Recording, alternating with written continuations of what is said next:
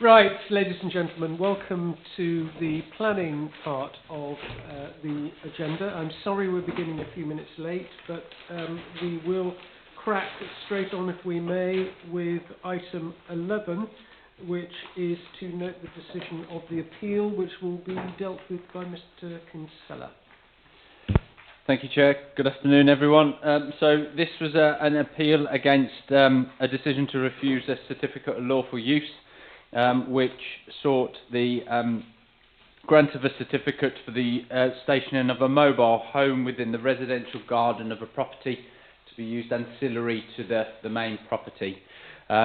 Officers felt that in terms of its physical attributes, the caravan and mobile home that was stationed on the land had all the attributes of a independent dwelling house, and that overall the use of that those facilities and that structure would be for a independent planning unit rather than a use ancillary to it. Members, I'm sure, will have had opportunity to read through the decision notice, and you can see that in allowing the appeal, the inspector came to the view that while the accommodation did have all of the physical attributes of what would be an independent dwelling house, its use was consistent more of something that is ancillary. So it was a family member who had a certain dependence on the homeowner, but also required and wished to have a certain amount of independence in terms of their living accommodation. It is a useful appeal decision, and I have sat down with officers to discuss this one previously. I think the highlights for me and something for members to take away is that importance of not just considering whether it's got the bedroom, the bathroom, the lounge, the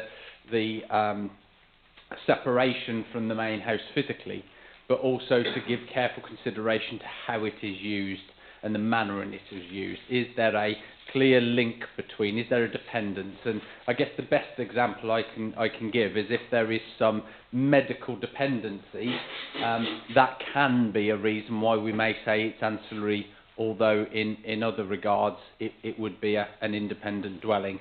But likewise, there may be attributes within the physical element of the subdivision of the site that could lead you to come to a view on that basis that it's a different planning unit, which is the ultimate test here.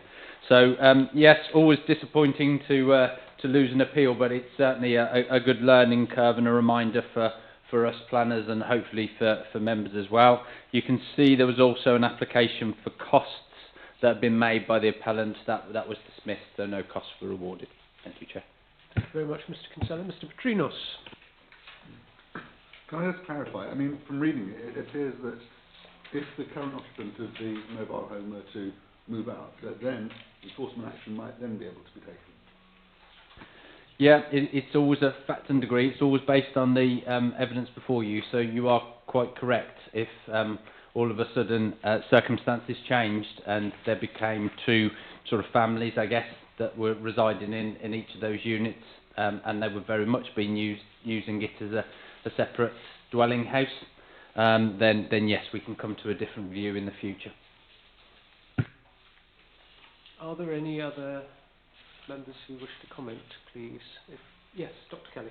Just very quickly, it's always going to be quite difficult to make a distinction in these cases, because I've come across comparable, almost directly comparable cases where the view has been upheld that this is an independent unit. And there's no ability to impose conditions with a lawful development certificate, so it's difficult in terms of that side, which the inspector acknowledges. He also says it's physically and functionally separate from each other. But then at the end of it all, he comes to the view that there is a functional relationship between the two, and on that basis the lawful development certificate is granted. So I'm not sure it's a correct decision, but having said that, it's in the inspector's hands and we have to accept it. So duly noted, I guess. Okay, ladies and gentlemen, so we will then move to the development control item at 12.1, which is 624922-003, proposed change of use of existing studio to holiday let together the demolition of partially built porch to be replaced with a new porch, creation of a parking area, creation of a patio area, and the installation of a new sewage treatment plant at Bentwichan House, South Moulton. And this is going to be dealt with by Charlotte Spears. Welcome, Charlotte. Thank you. So this, as said, is an application for change of use of a roundhouse. The applicant has informed us that it is currently in use as a studio. Permission was previously granted on this site for the conversion of the barn that the roundhouse is attached to into 3 holiday cottages. That was in 1987. That was never enacted. In 2020, an enforcement case was raised with regards to the installation of windows in the roundhouse and a new porch, which was partially constructed, not finished. The current application for change of use is to partially regularise some of the changes that have already occurred. Since the report was distributed to members, there is an update from the Historic Buildings Officer, who has commented in regards to the proposal. I would agree that it doesn't comply with policies CES4 and CES5. The porch would harm the architectural interest of the building, which should be considered to be a non-designated heritage asset. Paragraph 203 of the MPPS states that the effect of an application on the significance of a non-designated heritage asset should be taken into account in determining the application. In weighing applications that directly or indirectly affect non-designated heritage assets, a balanced judgment will be required having regard to the scale of any harm or loss and the significance of the heritage asset. I think on balance there is harm and loss of its significance with no planning or public gain. The site is within the small settlement of Bentwichan. The application site, so this is Bentwichan House, which is in the ownership of the applicant, and you have this L-shaped barn with the roundhouse on the side of it. The roundhouse is the sole subject of the application. There has been, subsequent to the submission of the application, there has been some dispute between the owner of Bentwichan House and the owner of Bentwichan Barn here as to who owns this little section of land which is included within the red line plan for the application. That has not yet been fully resolved, in that,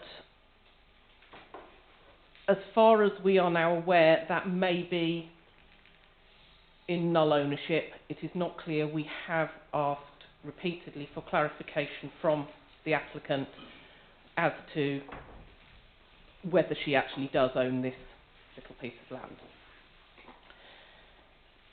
As I say, this is Bentwichan Barn over here, which is the nearest neighbouring property, and this is Shirley Cottage. These are the 2 nearest neighbouring properties to the roundhouse. So this is the proposal. This is the as existing. They have included on the as existing this porch. This was built without benefit of permission and has not been completed. The site photos at present, this is the as proposed. And as you can see, they were intending to move the porch from this side up to here, with the bike store, parking to the rear, and a pedestrian entrance through here. Bentwichan Barn is off the side of the map, effectively up the top here. These 2 buildings are storage buildings on the ownership of the neighbour. and there is a wall linking the two. So these are the as-existing photos. This is the existing porch, which, as I say, that is how it is at the moment. It isn't completed, and under the application they were looking to move it to the other side. This was done. There is no permission for a porch to be there. They have cut into the roof, and these are the openings. We do have photos from 2020 which were submitted anonymously of these prior to these windows being installed, where they were knocking through the walls to install the windows. So the application, as I say, is they wish to move the porch and to install new windows, to remove the UPVC and put in timber. And this is the layout that they would be looking for a holiday let. At this point, it should possibly be noted that the applicant has not provided any details of an agricultural holding. This is the pedestrian gateway leading into, or what would become the pedestrian gateway leading into the site. And as you can see, there are the eaves of the building under the ownership of the next door neighbour. And if you look at this, yes, the photo is stitched together, but this is basically the layout of the site. You have the roundhouse here, you have storage buildings in between. This is Shirley Cottage, and Bentwich Barn is actually out of view. Yeah. And these are the photos taken from the neighbour's property.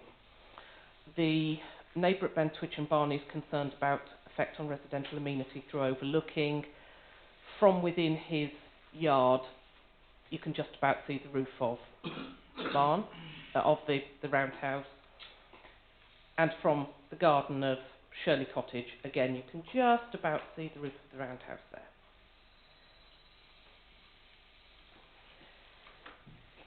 So the application is for a change of use to a non-serviced holiday accommodation. At this stage, the applicant has not provided the evidence to support a non-serviced holiday let in terms of the planning policy. They have also put in an application for a porch, which the view of officers is that this would intrinsically damage the nature of the building, of the non-designated heritage asset. And in addition, the wildlife conservation officer has stated that she can see places for ingress for bats. Despite repeated requests, there has been no ecology report submitted for this proposal. So at the present stage, officers cannot be assured that there will be no harm to protected species through this proposal.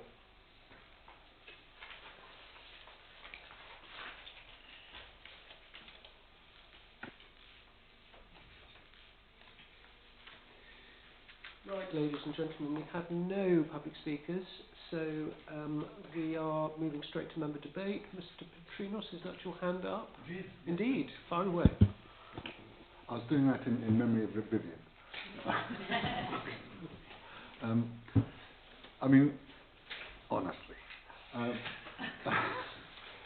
mean, it's clearly against the development plan.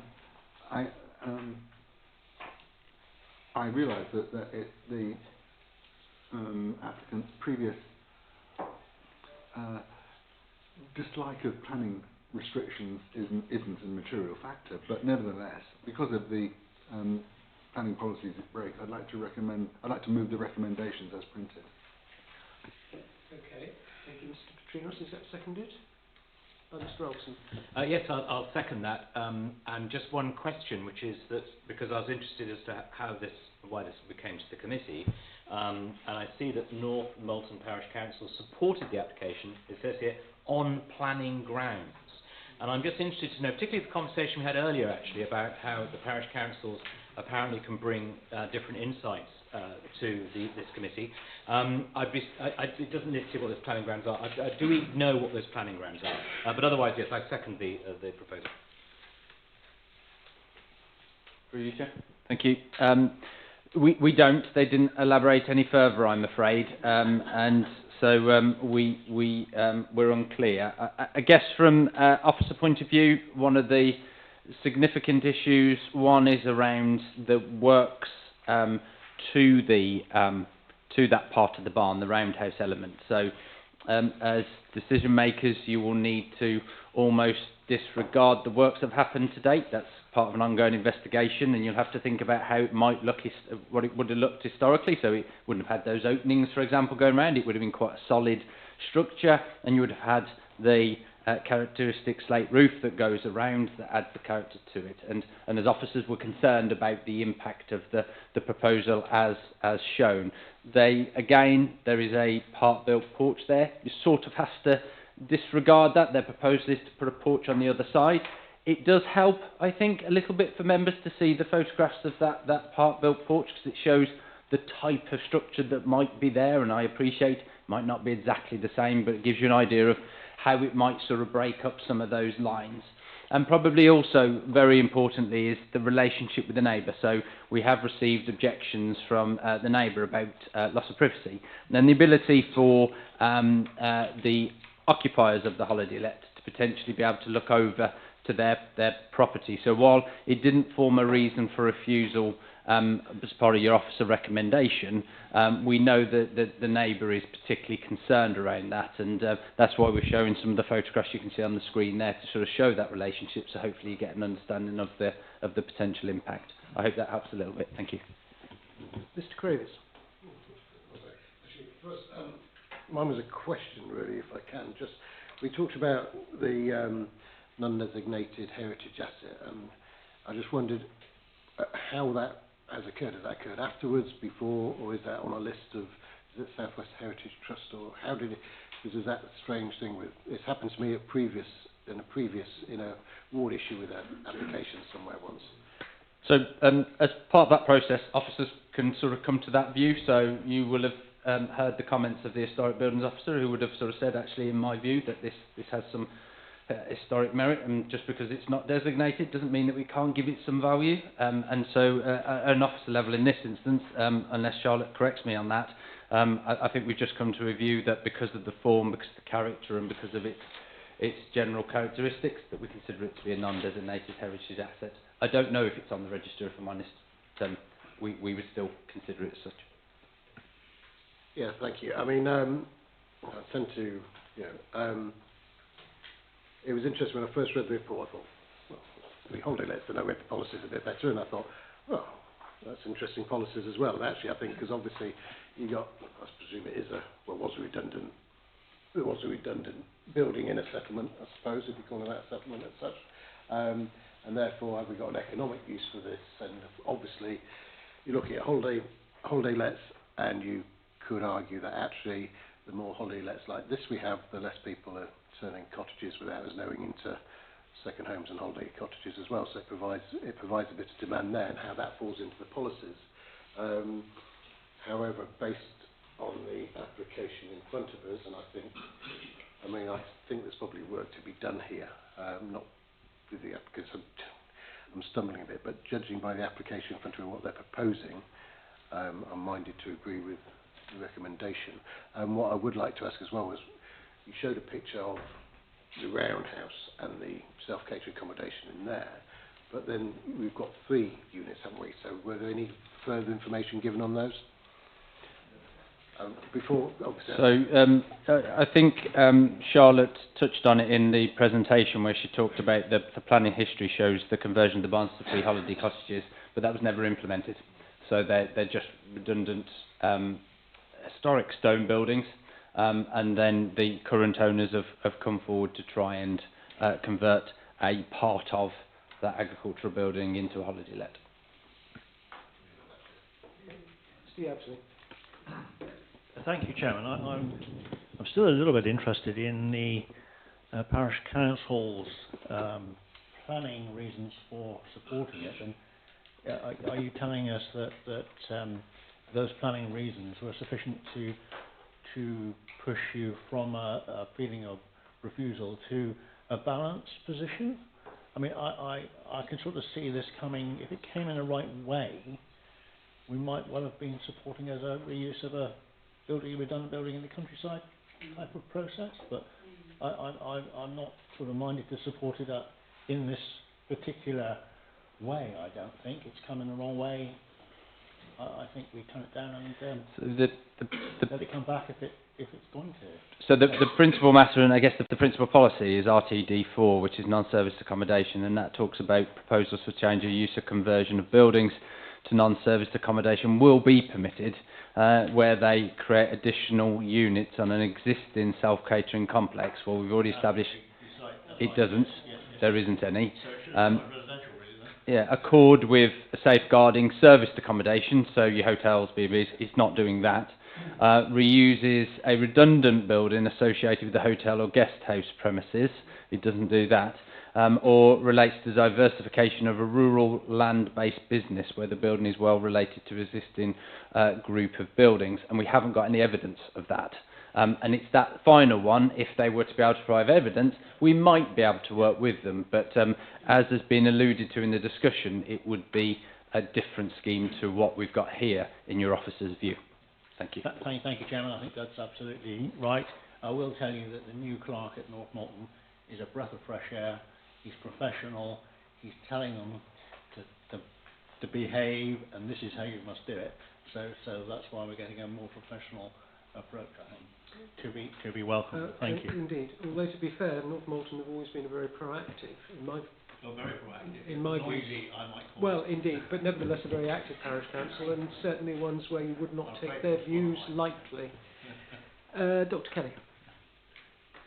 Yes, thank you, Chair. Just on that latter point, North Malton Parish Council supports this application on planning grounds. Well, it does suggest there might be a training issue there. So that's the only point I would make, but it has been referred to before, because there are no sound planning grounds to do anything other than refuse this application.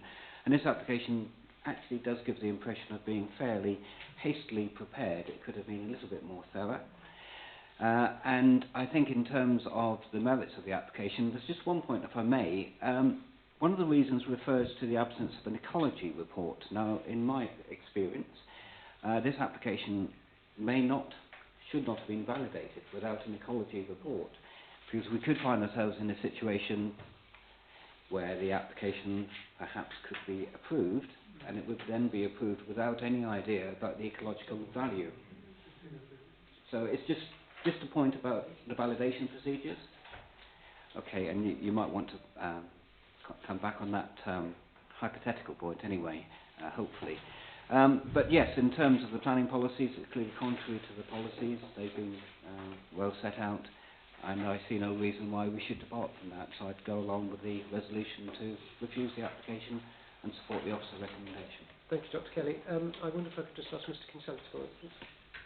Thank you, Chair. Yes, a very fair point made about the validation process. It's something that we've picked up on. There's been a few applications similar to this. We've done the necessary sort of reviews and training, and that's in hand. Ms. Blanchard. First of all, I feel I need to clarify the record. I had a little panic moment. I have a friend who lives fairly close to the site with a name of the house very, very similar to Ben Twitchen's barn. But having Googled, it's not the property that are objecting, so I don't need to declare an interest. To me, I'm absolutely in favour of the officer recommendation, both the illegal works which are under investigation and possibly legal works, and the application to me show a real lack of sensitivity to the historic environment and to the natural environment without having the ecology report, as well as breaching the planning policy. So I would support the officer recommendation. Thank you. I've got Mr. Lay and then Mrs. Nicholson. Mr. Lay. Yeah, no issues with the planning recommendation, but just on a slightly different tack, I probably know this area better than most. You know, not that long ago, I've been quite a regular visitor there, but that's irrelevant. Question I want to ask, this not long ago was one of the most progressive farms in the area. Not just Exmoor, but the wider North Devon. The family there, I guess the chairman would remember the names. It was the traditional home of the Rottenbury family. But that being said, it's changed in a very short period of time from being a progressive working farm into a rural settlement. Now, I'm interested in what the policies are in allowing that to happen. Perhaps it's not for today, but this has happened, you know, quite. The fact that there was a number of real traditional stone barns there has helped that to progress, but it has created this new rural settlement in the countryside, and is that generally supported, you know, through our policies? I think it would be another discussion, Mr. Lay, for another day, hopefully before you leave the authority.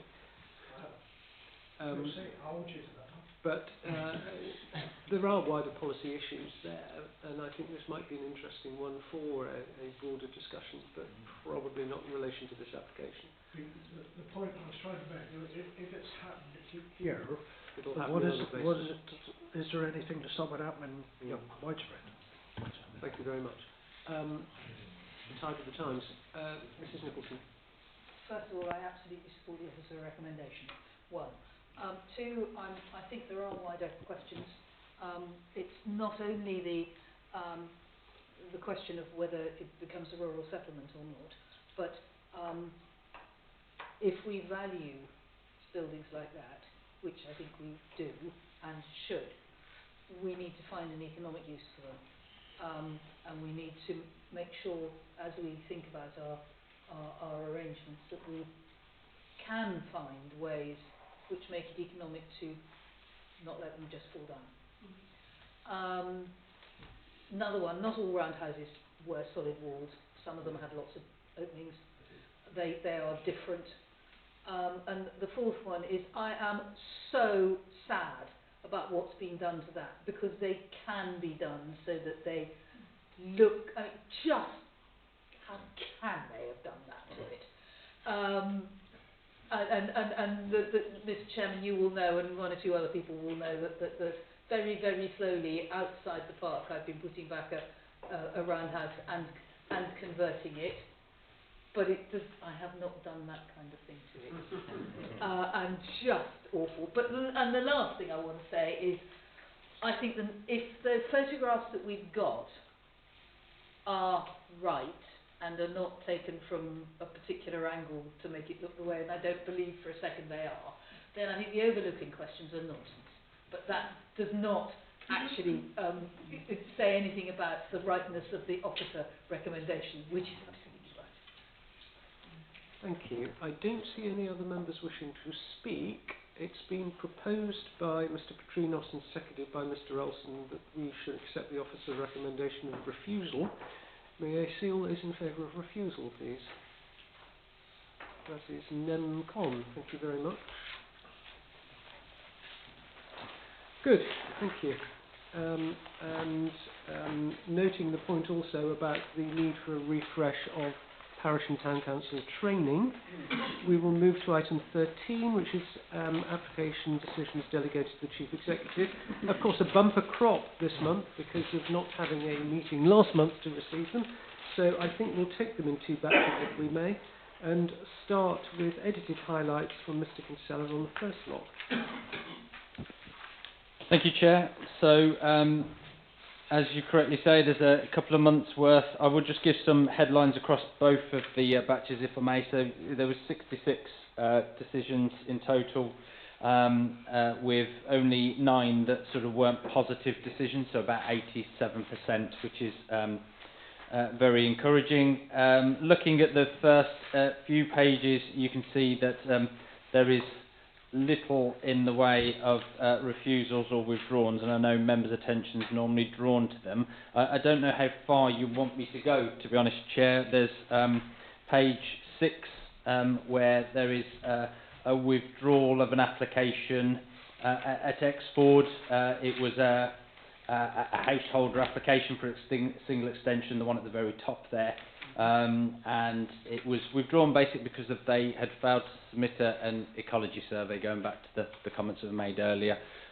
We had waited and offered a period of time to submit that. They hadn't, so they decided to withdraw it and take it away, and hopefully they'll come back with the appropriate survey work, and we can work with them on that.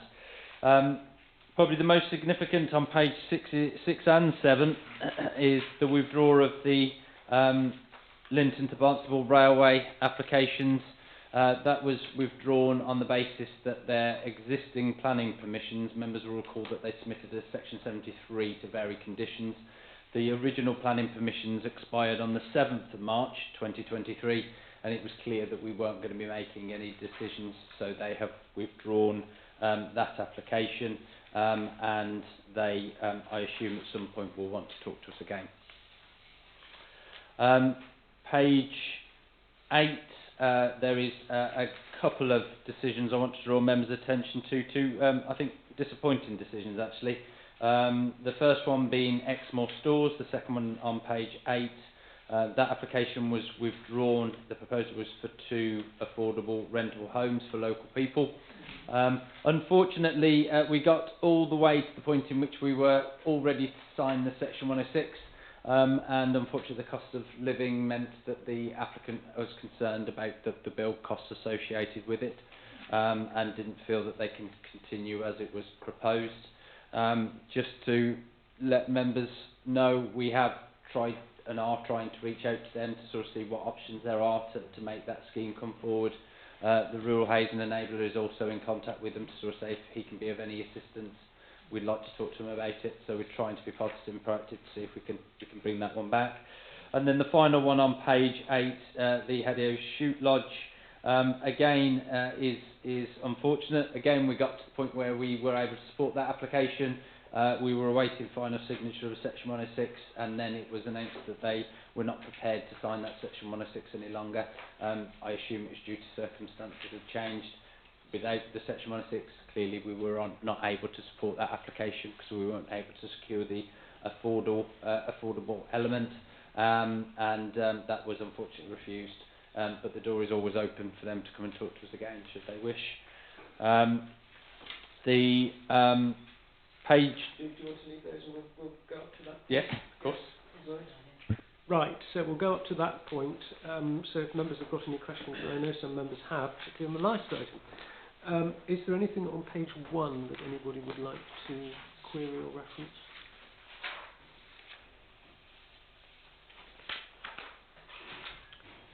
Page 2.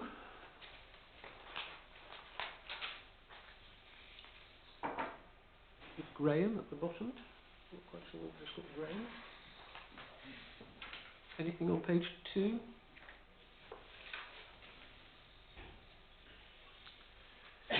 Page 3.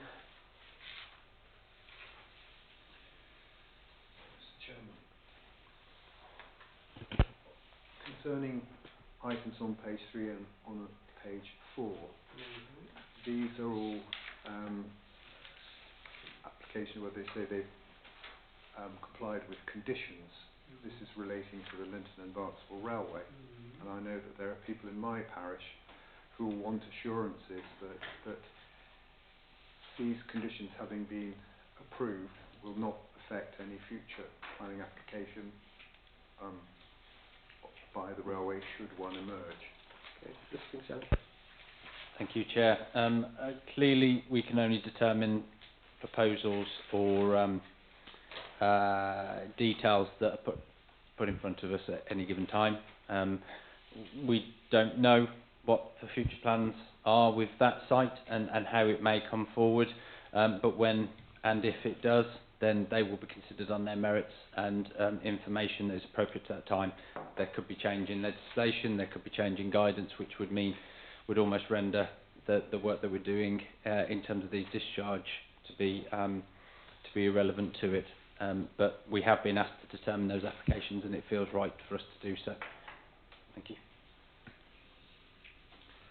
Mrs. Nicholson, do you want to come in on that page? No? Eric? Yeah, just a quickie on the railway once again.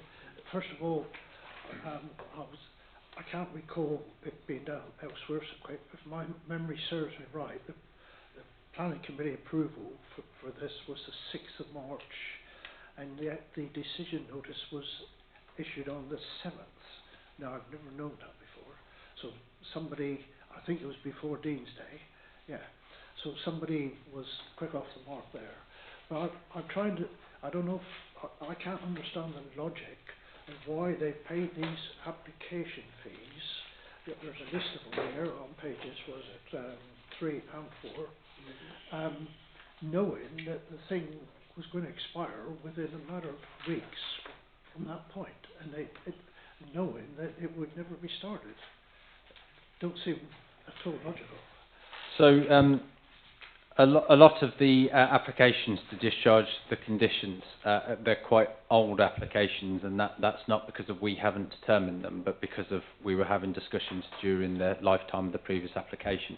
They were submitted on the basis that at the time of their submission, they were hoping that decisions would be forthcoming, that they would be positive decisions, but they knew regardless that they had to put themselves in a position where they could start development very quickly after a decision. So they wanted to get their pre-commencement conditions discharged, which was a requirement of the original planning permission. So it was them, I don't know how they choose to phrase it, but it's them taking a risk, going, well, I've got to take that risk, because if we do end up getting planning permission, then I've got to be able to, almost the next day, put a spade in the ground. Yeah, just, I've never seen it before anywhere else. No. Obviously money is, there must be a tree or something. Anything else on page 4, please?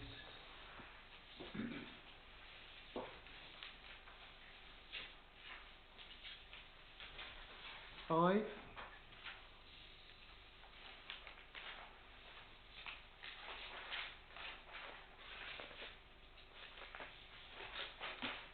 6.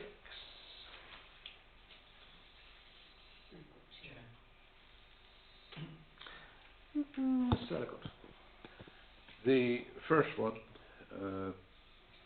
6/13/22/106, there is a slight concern in the village, references withdrawal that's come up when the work is taking place already. There's a tremendous amount of work going on, so perhaps that can be kept an eye on. At the moment, there are no walls, side walls at all in the property. You can look right through from one side to the other. Thank you for that information. We will look into it. Obviously, if it's internal, then that wouldn't fall under planning legislation. All the side walls have gone, so we don't know. Okay. There are no side walls on the property. You can look right through from one side to the other. It was brought to our attention as a parish council on the other night, and you know, we just want to know what's going on, basically. We will find out. Thank you. Mrs. Stewart. Thank you. Same item of question really. I think you said it was withdrawn because an assessment of some sort hadn't been done. And this is probably my lack of understanding, so excuse the question. How does it get onto here and start going through the process if we haven't got all the paperwork and assessments in place? Does it go on regardless and then find out afterwards? Because obviously the applicant's got time and energy and the officers have. So the validation process is an opportunity to us to review an application to make sure that the information is there. Because if it's very early in the process, it can be challenging to pick up everything. It's not a fail-safe. We can't pick up everything. One of the other things that make it difficult is that we don't at the moment have an up-to-date validation checklist, which basically is at a local level, we're able to produce a list to go to say, with these type of applications, we expect this information to be submitted. And when we have that and it's adopted and it's carrying full weight, that's the position where we can go, actually, we would expect that there. We're not validating and we would be within our rights to do so. We're not at risk of sort of falling foul of non-determination.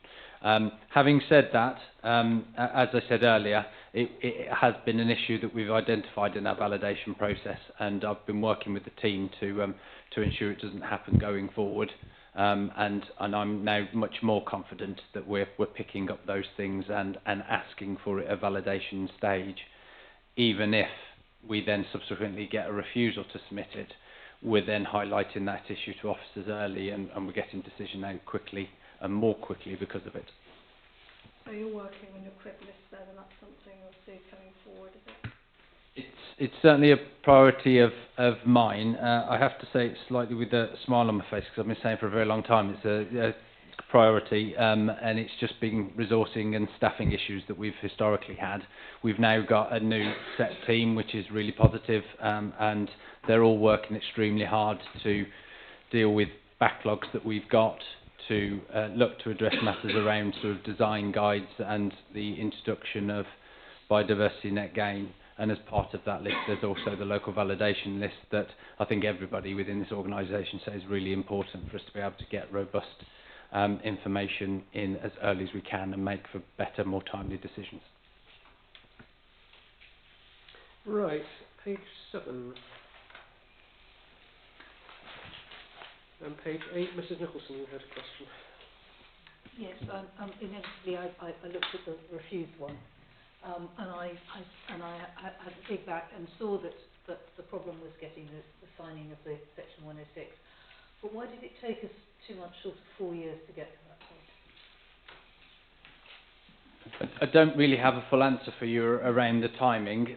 I know that there has been, like everybody is saying, capacity issues, not just within the organisation but also externally. So the solicitors that we use, they've been sort of struggling with capacity issues, so things have been slow going. But what I normally find with a lot of our Section 106s, to be fair, is that the hold-up isn't just with us preparing them, getting the drafts, but it might be that it's taken an applicant 6 months to give us the name and address of their solicitor. It could be that they've not given us enough evidence to show that they own all the land, for example, and all parties that need to be part of the Section 106 are part of it.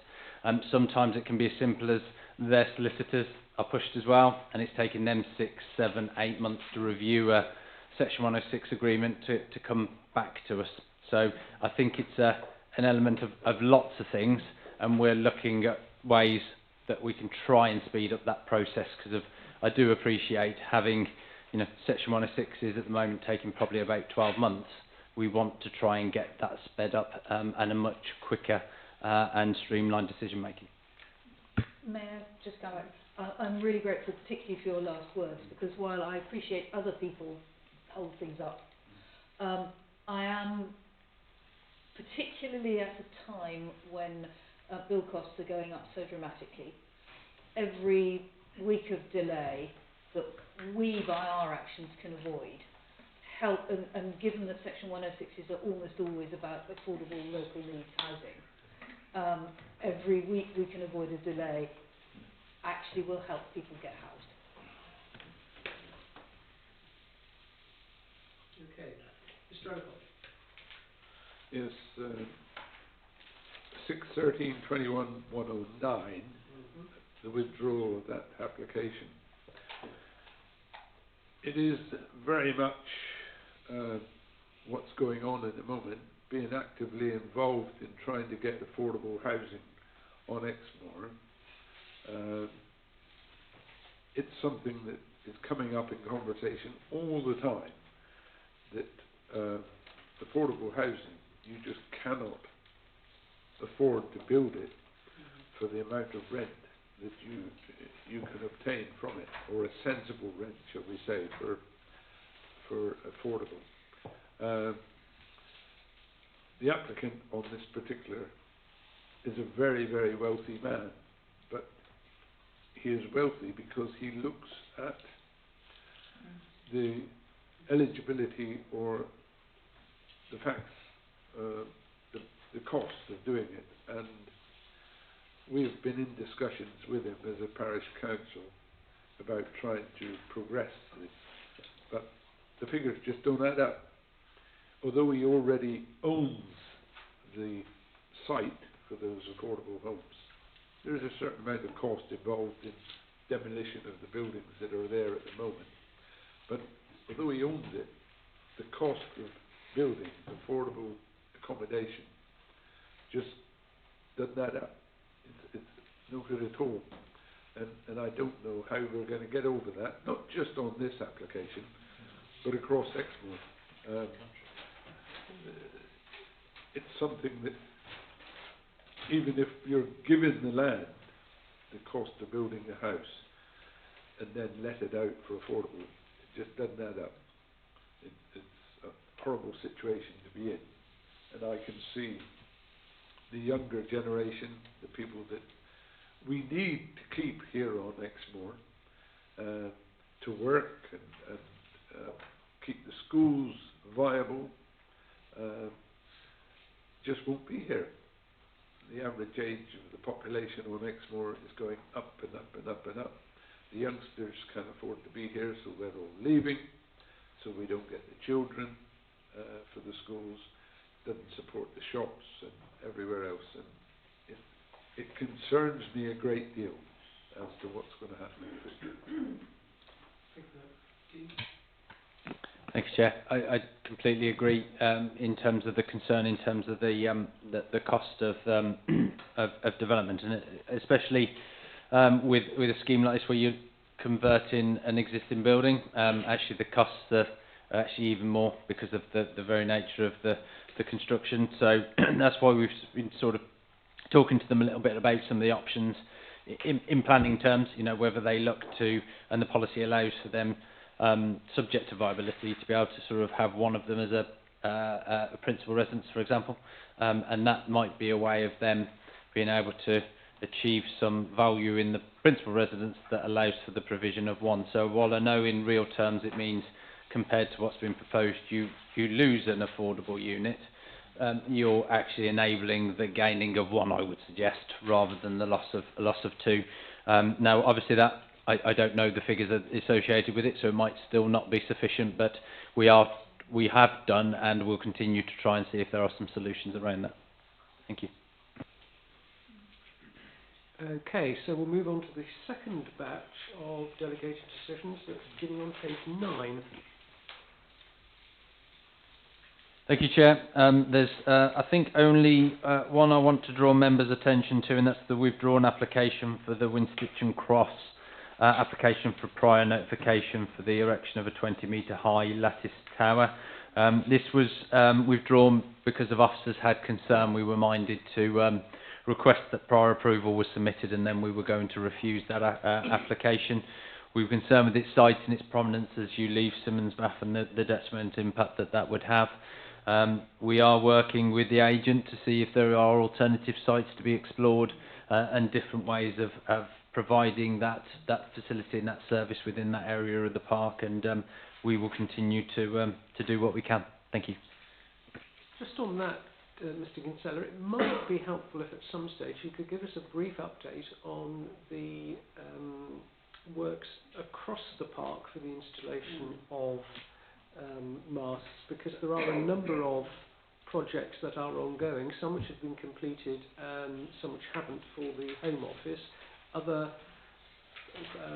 commercial operators as well, and knowing what is happening would actually be extremely helpful, both in terms of other works that may come along and the utilisation of the works which have already been undertaken or for which permission has been granted, because it's a very messy picture and I don't know that we all know, really. Would members find that helpful? Very. More than happy to do that. Maybe we can do it in member forum at some point. or actually, it would be helpful to have it on the record. So if it could be at the planning part of the meeting at some stage, maybe that would be good, because I think actually having it down there in black and white for everybody's benefit, not just us here, but anybody also reading the minutes or indeed watching the recording afterwards, it would be very helpful to have that marked down. Okay, so is there anything that anybody would like to raise on page 1, or page 9 rather? It was just a mask question, really. I know there's lots of inventive designs for masks these days. I've seen all sorts of things. Is that something we could also or have looked at already? Because some can be quite sympathetic, some you wouldn't even know they are a mask even. There has been historically examples of some camouflaged masks, and they've been utilised to a greater or lesser extent. But I think fundamentally it's a difficult one within a national park setting because of their very nature of needing to have the clearance. It means they sort of normally drive up the height, and so they become more difficult to mask. Unless you've got something like on Warren Farm, where there's an existing plantation and you have something that sort of steps outside at the top, which minimises the impact. Many would say that is still an unacceptable impact within a national park, but getting that right. We talked to the providers quite a lot about sort of utilising mass sharing, to use inventive ways of using existing buildings. Maybe, as perversely as it might sound, having more masts, but smaller masts. But we seem to sort of have problems in terms of funding and instructions from providers to be able to have that open discussion, which frankly, since I've been here, I've been trying to have with the providers to sort of work through how we might be able to all work together to get the necessary coverage. We want to provide the coverage, but it's got to be done in a sympathetic way. Okay. There's barely a parish council that I attend that does not have an issue about masks. Either an application that is felt to be inappropriate, or an application that has actually been approved and construction has been undertaken, but the mast has not been switched on, or the construction has yet to take place, however much the service might be required. So there are questions there I think we could really benefit from having further information in response. Anything else on page 9? 10?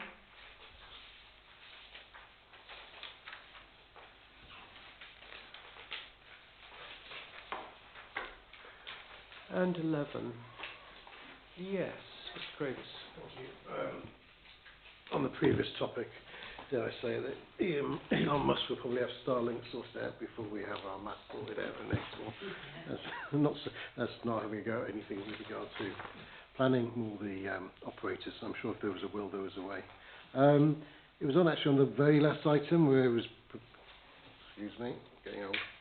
Proposed conversion of 3 redundant bombs to form residential accommodation to be used by. So, was that existing? How did that fit into the plan where the one previously didn't? And just more about the general. So this was a part of an existing sort of educational facility. It had existing accommodation. So we considered it to be consistent with the plan in terms of adding to a provision of accommodation. So I guess you would say it loosely fall into land-based business, so therefore it was felt to be compliant with the plan. This is the one where you may remember we turned down a larger dormer on a cat-slide roof 3 or 4 meetings ago, didn't we? And as a spoiler for next month's delegated list, we have just approved a scheme on that site for another design, so it shows the process works well. Right, anything else on page 11, ladies and gentlemen? Because it is worth remarking, actually, that our effective scrutiny of the delegated decisions is an important part of what you do as planning committee members. You're not necessarily deciding the applications, but nevertheless you are making sure that you are clear and aware of what the delegated decisions are, and if necessary questioning them. Mr Ellicott. Yes, you've already mentioned what I was going to ask. Is there any pressure we can put on the authorities to